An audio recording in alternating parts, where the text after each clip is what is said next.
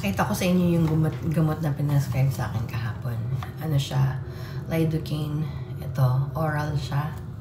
So, kasi ang complaint ko kahapon, sabi ko, sore throat because of too much coughing. Kaya, na-scratch ko yung ano ko, yung throat ko, kaya nangangati. Kaya, kung kayo inuubo, try nyo as much as you can na hindi umubo kasi ganun ang tendency, ma-scratch mo yung ano mo, lalamunan mo.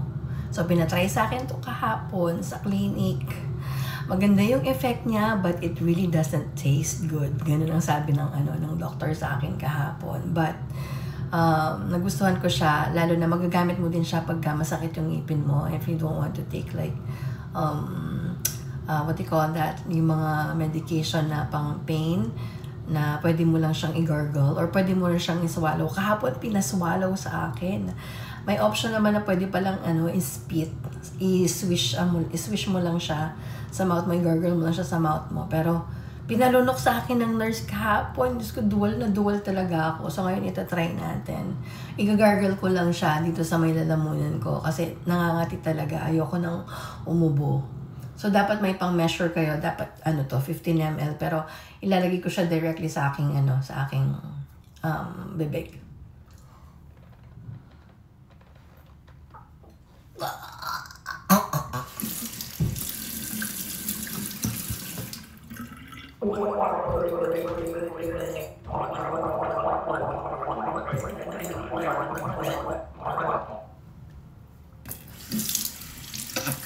Sakit na lasa.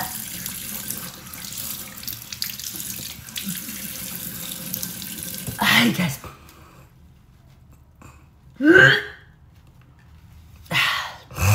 Bakit ang lasa? Pero, inanam niya yung throat mo tsaka yung mouth mo. Hindi mo ma-feel yung pain or yung mga scratches or yung mga kati-kati sa lalamunan mo. Hindi ko kinaya, guys. Yun yung lidocaine na oral.